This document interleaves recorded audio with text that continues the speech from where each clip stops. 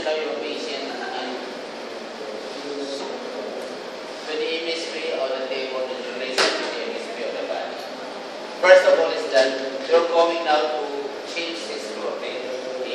Pagka ganito, nakapantalon, mga lahat ng mga ornamentals na metallic, it should be free. So in exchange, you're going to provide a job. Okay? Then at the same time, of course, you must remove his underwear. Okay? Now, after that, you're not going to permit now this thyroid process. Why? It's because the splenic flexor is higher than the right to the hepatic flexor. Mas mataas ang splenic, yung left colic. That's why you need to give an allowance of 2 inches above. And at the same time, with the use of this, with the iliac crest, okay? It's not the iliac crest.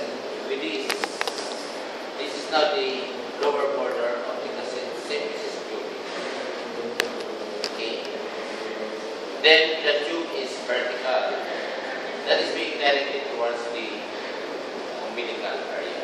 Perpendicular with the height or with the distance is 36 to 40 inches distance. So your instruction upon centering now with the 45-17, you're not going to instruct your patient now to inhale, exhale, then inhale, then hold, then take. So after that, you have now the scalp film, and it was now determined that the examination will not be go on. Okay? So you're not going to prepare now the barium. Okay? You're not going to prepare now the barium solution or the barium suspension. That is within the enema canal. This is now the enema canal. Okay? And there are different kinds of catheter.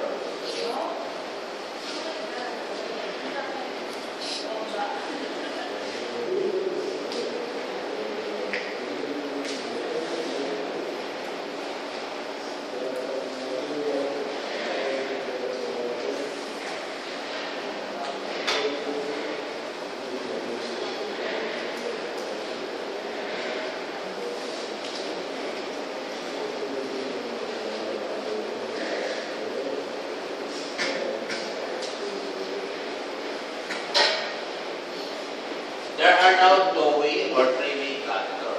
In other words, this is now a one-way catheter. One-way catheter. Isang daanan na sa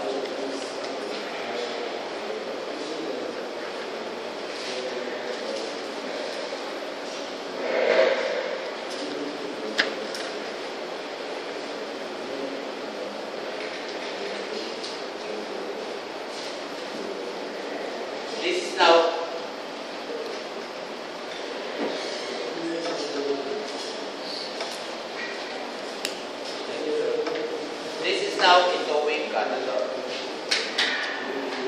Two-way catheter. Two-way. This is now a three-way catheter. Isa lang ito. Makadalagdagan mo ito. Three-way. Next time magdadala.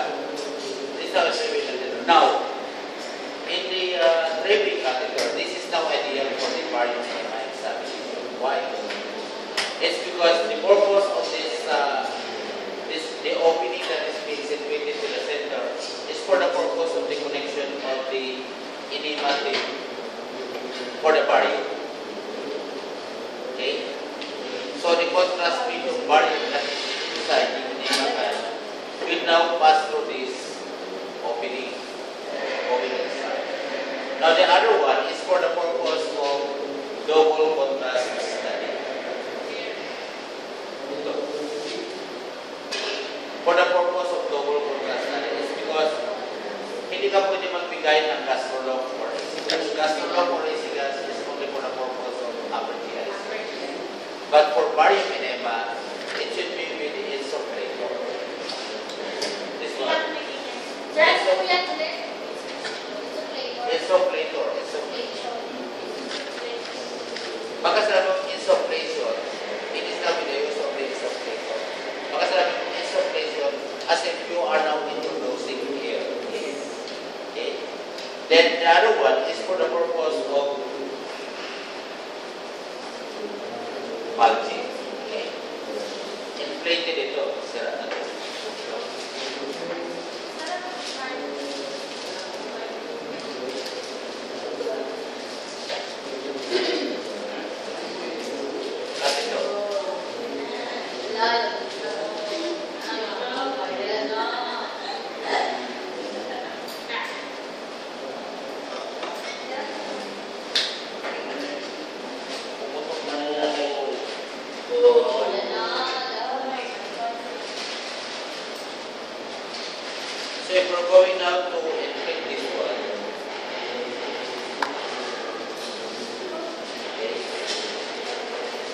the other one is for the purpose to inflate now. This is now in an inflated part.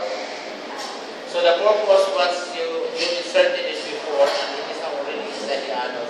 Tanggalin mo yan, hindi pwede na matanggal yan. It's because it can be easily dislodged. Madi-dislodge yan. If you're going to use this one, konting keyboard, konting galaw, konting motor, tanggal. Kasi tanggal yan. But if this one, if it is now inside, kahit na anong galaw yan, kahit anong galaw mo, hindi siya to hold all the catheter inside the colon. Para hindi siya lumabas. Why? Answer.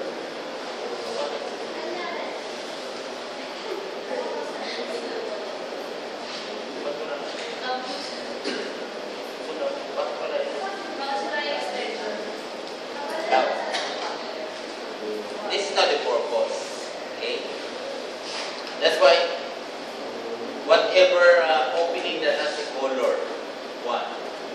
Kasi merong blue, merong orange, merong green, merong red, any color.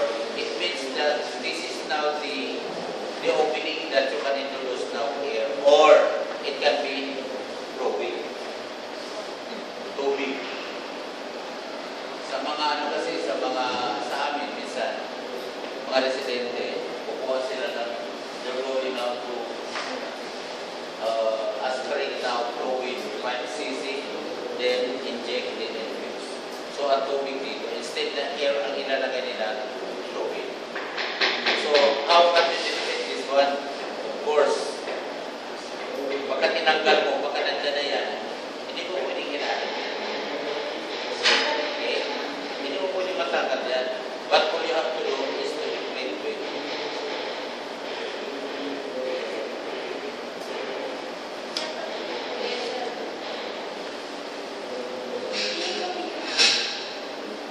Then that's the time that you're going to. Liwanag? Okay. So,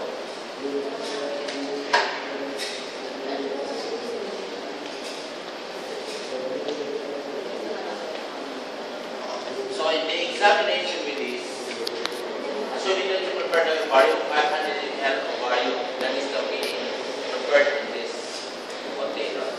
You're now ready for the introduction of the catheter. Okay? Insertion of rectal catheter when the patient is in this position.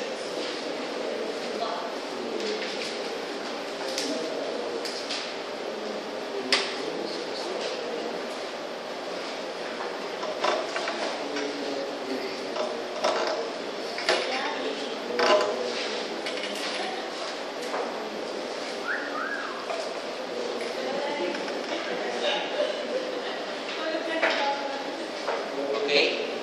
This is now the same position. Same position now, it is either right or left lateral. Okay? There is no specific position.